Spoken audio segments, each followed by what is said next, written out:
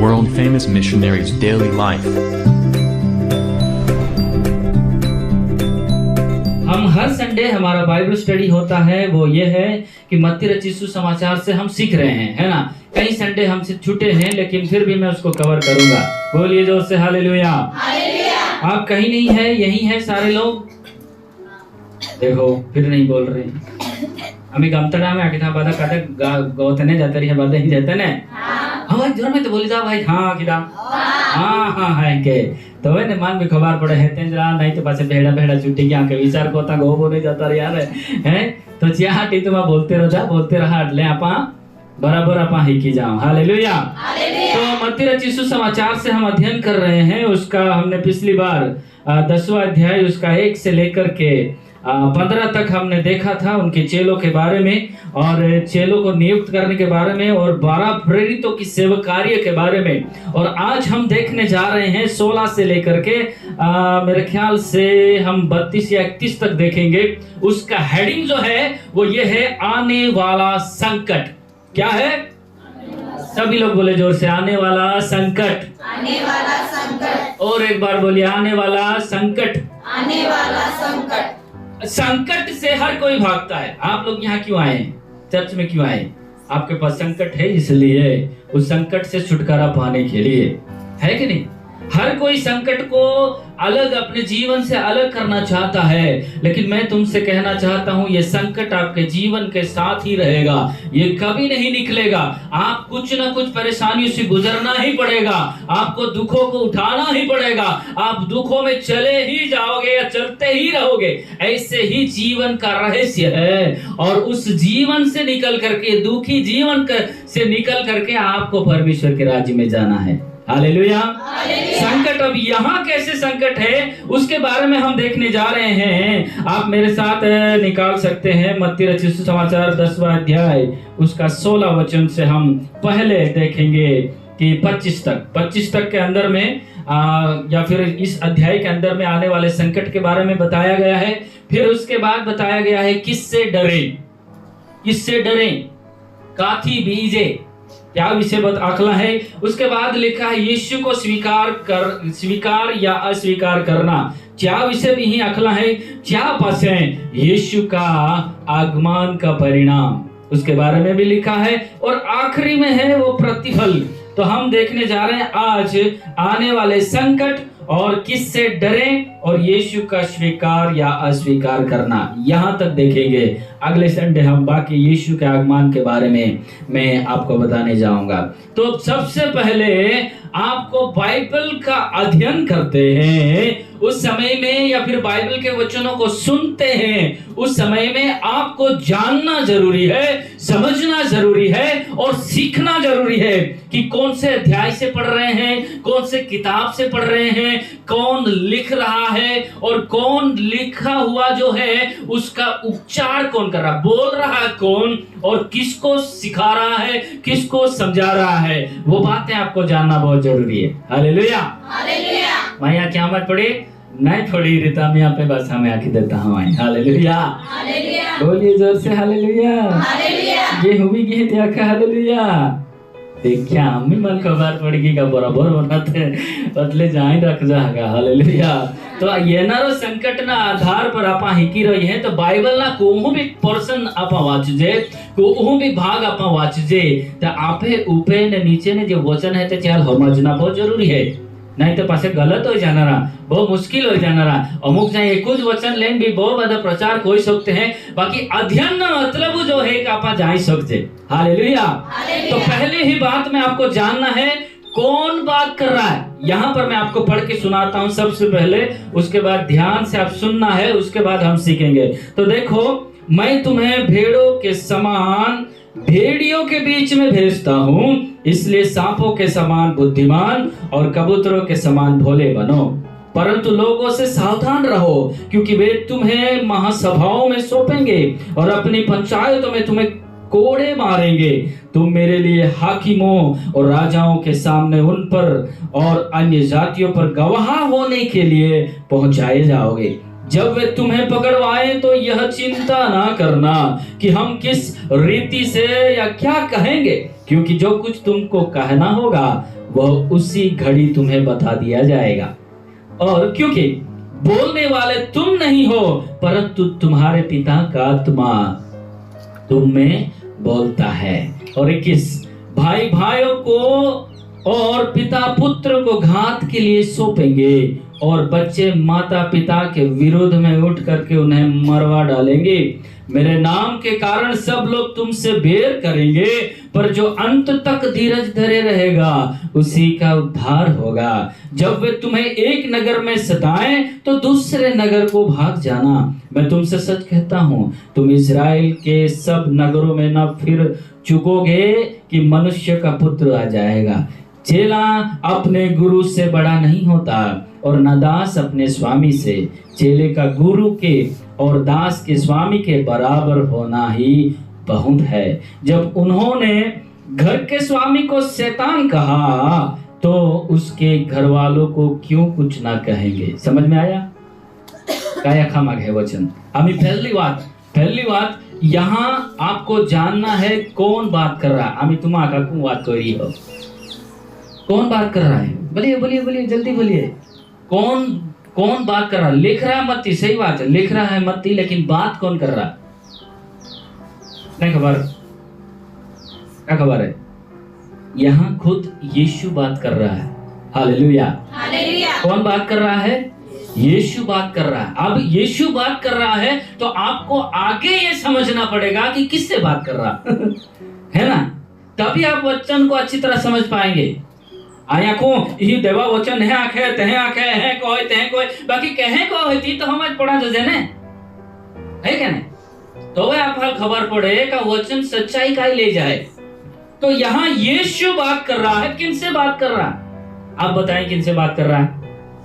अबे पिछले संडे तो हमने पढ़ा था किनसे बात कर रहा है। उनके चेलों के साथ बात कर रहा है। क्या अनुयायी है बात को है? हालेलुया। उनके चेलों के साथ यीशु बातचीत कर रहा है, उनको बता रहा है, उनको कह रहा है कि आने वाले दिनों में कैसा कैसा, अभी हुआ नहीं है लेकिन आने वाले दिनों में होने वाला है। यीशु अभी क्रूस पर चढ़े नहीं है, यीशु है वहां, सिखा रहे चेलों को।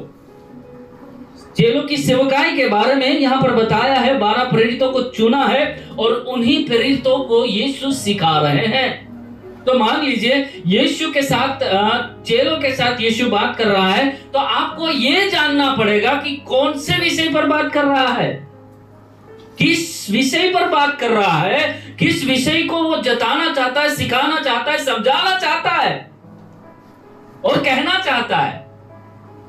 Hallelujah, hallelujah, hallelujah, hallelujah. कि वो बात कर रहा है अपने चेलों के साथ। बोलिए दूसरे को, अपने चेलों के साथ। सर के साथ में बोलो, अपने चेलों के साथ। मैडम रह गई उसको बोल देता हूँ, अपने चेलों के साथ। देख के बोलना है, यही ना खा कहाँ का अमुक जहाँ मेरा भी लदा वहाँ जे कहीं खाई खाई दिए है ना, ऐसे होता है ना। अच्छी तरह समझना मेरे प्रियो, मेरा मकसद एक ही है, मेरा मकसद एक ही है। हम जो यहाँ मेहनत करते हैं, आप घुटने टेक करके बैठते हैं, उनका फायदा आपको स्वर्ग में मिलना चाहिए। Hallelujah, hallelujah. बोलिए जोर से हालेलुया। अब आपको पता करना है कि कौन से विषय या किस विषय पर बात कर रहा है। विषय उसका हेडिंग दिया हुआ रहता है, आने वाला संकट। इसके आधार पर इसको चेतावनी दे रहा है, इनको सिखा रहा है, इनको समझा रहा है कि क्या क्या होगा। अब इनको कहीं ना कहीं वो भेज रहा है। कैसे भेज रहा है अब वो भी आपको जानना है कि भेजा जाना। अब आपको मैं बोल रहा हूं, आख्या तरंत नहीं जाना है, चाल होमजा पड़ी बदा आखा जाना पड़ी बदा पासे जाया पासे चाह काय कोना है, जाना है। जाए पासे काय हो रही? पहली बात देखो, मैं तुम्हें भेड़ों के समान कौन, उसके विषय पर यदि भेड़ के अंदर में हम देखें जाएं तो बहुत लंबा मैसेज हो जाएगा। लेकिन मैं कहना चाहता हूँ, एक ही बात समझ लीजिए, भेड़ हमेशा नीचे देख करके चलती है और उसका यही प्रतीक है कि वो अपने जीवन में नम्रता का प्रतीक दिखाती है। Hallelujah, hallelujah, hallelujah. इसका मतलब चेलों को इनडायरेक्टली यीशु कह रहे हैं कि तुमको नम्र बन के जाना पड़ेगा, तुम गुरु नहीं बन के जा सकते, तुम चेला नहीं बन के जा सकते, लेकिन उनसे सीखने वाला, उनको सिखाने वाला, उनको समझाने वाला, उनसे समझने वाला बन करके जाना है। हालेलुया। समान नम्र बन करके उनकी सुनो और उनके बाद में आप उनको सुनाओ। हालेलुया। वो भी कहाँ जाना है मालूम है? भेड़ियों के समान, भेड़ों के समान भेड़ियों के बीच में। भेड़िया कौन है मालूम है? सर्च करके देखला, लंबा जाएगा फिर है। भेजा जाना। भेड़ियों के बीच में भेड़ के समान फाड़ी का नरी वस्तु है। हालेलुया। बोलिए जोर से हालेलुया। उसके बाद दो चीज और, दो वस्तु या दो जानवर या दो चीजों के बारे में और लिखा हुआ है। वो क्या है मालूम?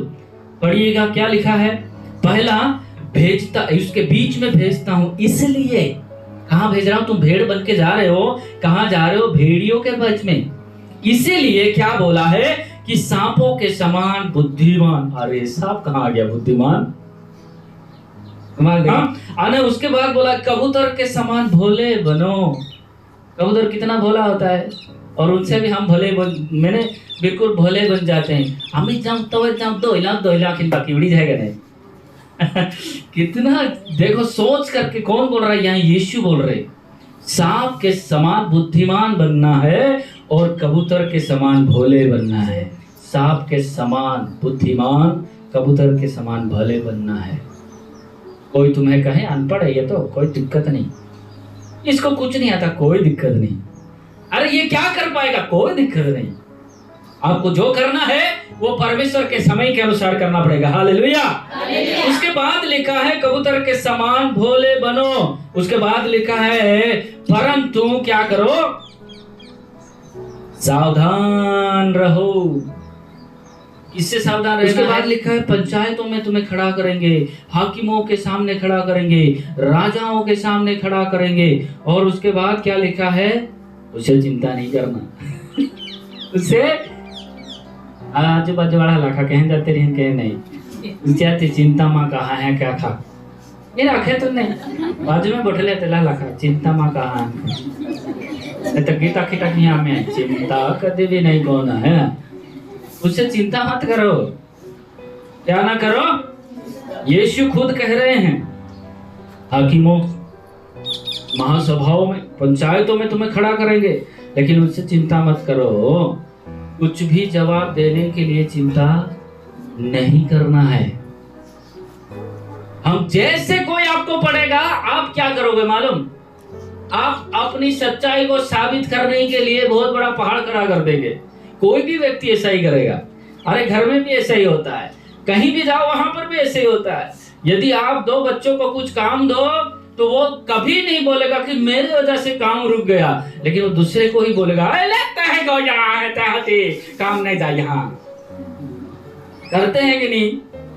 आयु अखे तो नहीं, तुम्हें को नहीं होए के वाह मस्त रहा हरा है आखेगा कदा। अरे माथी है आखेगा जो दे नहीं तो हाथ हाँ खाने पास आए तुम्हारा लगला को आखेगा गए अपना नहीं आखे माथी गलती हो या कादा नहीं आखे कहा ये પોતાને હારો સાબિત કરવા માંગે આઈને હારો દેता माथी है वही नहीं।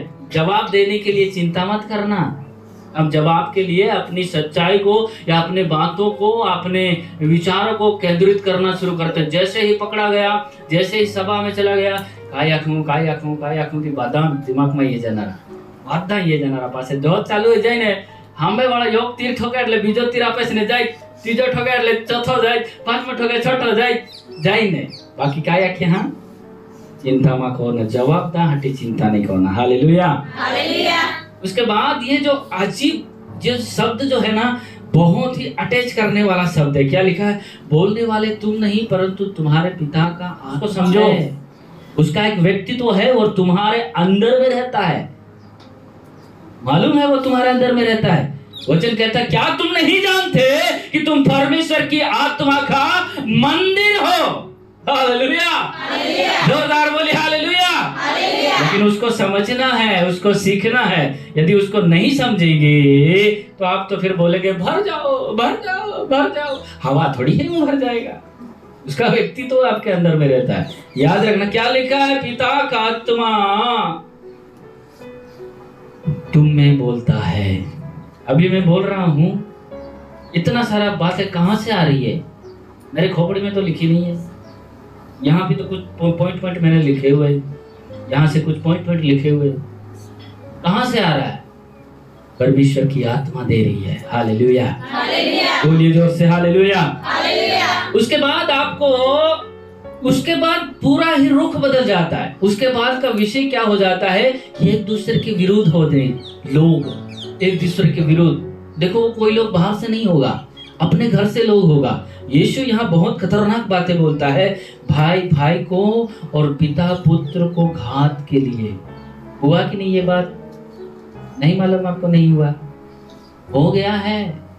अपने आसपास के गांव में बोलता है, पिता पुत्र को घात के लिए सौंपेंगे और बच्चे माता पिता के विरोध में उठ करके मरवा डालेंगे। बच्चे उठते हैं कि नहीं?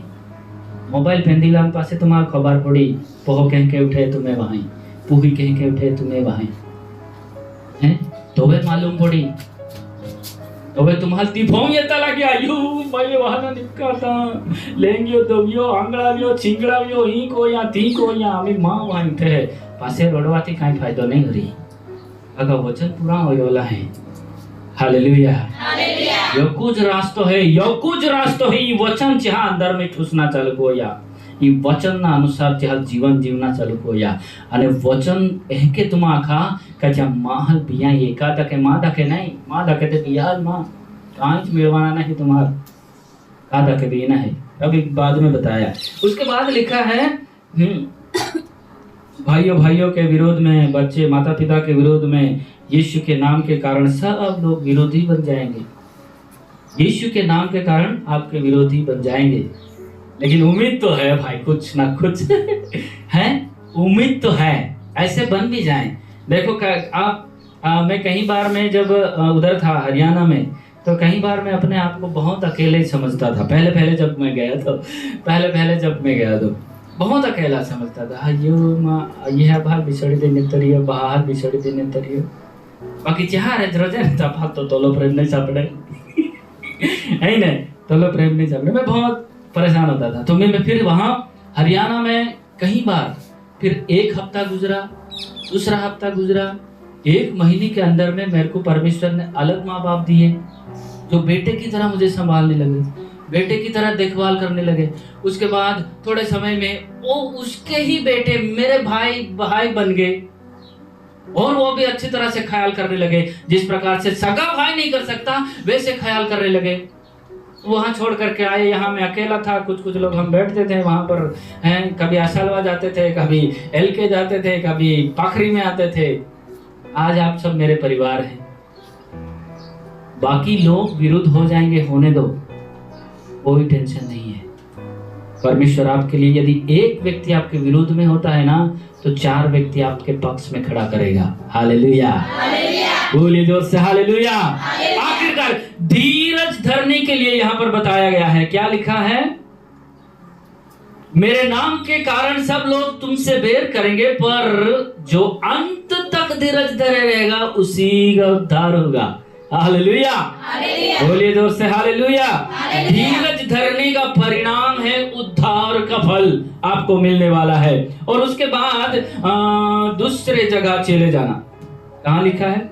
यही, जब वे तुम्हें एक नगर में सताएं तो दूसरे नगर को भाग जाना, दूसरे नगर को भाग जाना। जब कभी ऐसी बातें होती है, जब कभी कहीं कुछ होता है, तो आप वहां से अपने आप को हटा लीजिए, झगड़ा ही खत्म हो जाएगा। ऐसे आपको वहां जानने के लिए मिल रहा है। Hallelujah, hallelujah. उसके बाद चेला गुरु से बड़ा नहीं होता, इस बात में लिखा हुआ है। मैं आपको बताना चाहता हूं कि किससे डरे हैं, इससे डरे। उससे मैं एक बात छोड़ दिया, घर के स्वामी को नहीं छोड़ा। इसका मतलब यीशु को नहीं छोड़ा तो उसके चेलों को या उसके अनुयायियों को कोई अच्छा थोड़ी बोलेगा। आज आप सोचेंगे अभी ऐसे हो रहा है, वैसे हो रहा है, मणिपुर में ये हो रहा है, वो हो रहा है, बहुत सारी बातें हो रही है। और अभी से शुरू नहीं है, वो तो पहले से शुरू है। चेलों का इतिहास उठा करके देख लो, उसको काट काट के मारा गया यीशु के चेलों को। ये पहले से शुरू है। उनसे पहले भी, यीशु आने से पहले भी था। ये हमेशा के लिए रहेगा, उसके लिए डरने की कोई जरूरत नहीं है। हालेलुया। घर के स्वामी को नहीं छोड़ा, इसका मतलब यीशु को नहीं छोड़ा तो हमको भी तो डरने की तो जरूरत है, लेकिन किससे डरने की जरूरत है? काथी बेना है। संसार के लोग, दुनिया का हाकिम, महासभा के लोग तुम्हारे शरीर को नुकसान कर सकते हैं, लेकिन आत्मा को नहीं। एक बार ऐसा हुआ, कलीसिया में बहुत सारे लोग थे, उनको धमकी दिया गया था कि अभी इस कलीसिया यहाँ नहीं चलनी चाहिए, नहीं तो हम क्या करेंगे, गोली मारेंगे। पहले से बताया। उसके बाद कुछ व्यक्तियों ने नकली बंदूक लेके आ गए, पहले ही बता रहा हूँ, बंदूक लेकर के आ गए। जब आप में से सब लोग यीशु का इनकार करें, बाइबल के ऊपर में पैर रख करके चर्च के बाहर निकले। जो निकल गए वो बच गए, जो अंदर रहेंगे वो मार दिए जाएंगे।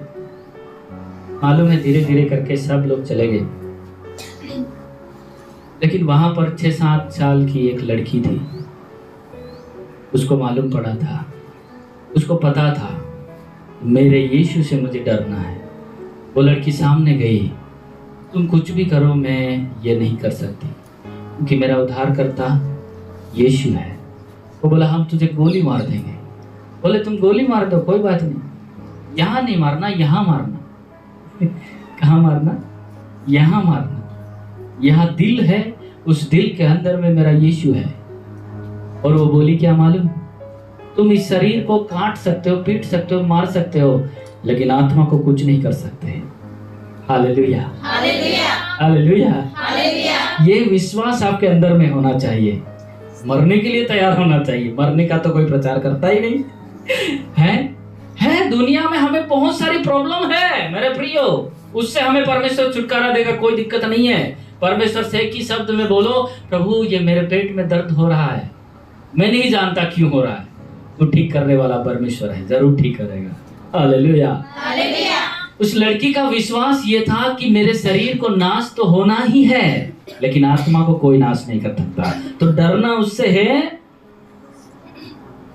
मनुष्य से मत डरो, क्योंकि सब उजागर किया जाएगा। जो तुम्हारे साथ घट रहा है, तुम्हारे साथ हो रहा है, तुम्हारे साथ जो बीत रहा है, वो सब कुछ उजागर होगा, यहाँ लिखा है। इसलिए मनुष्य से मत डरो, क्योंकि कुछ ढका नहीं जो खोला न जाएगा, और न कुछ छिपा है जो जाना न जाएगा।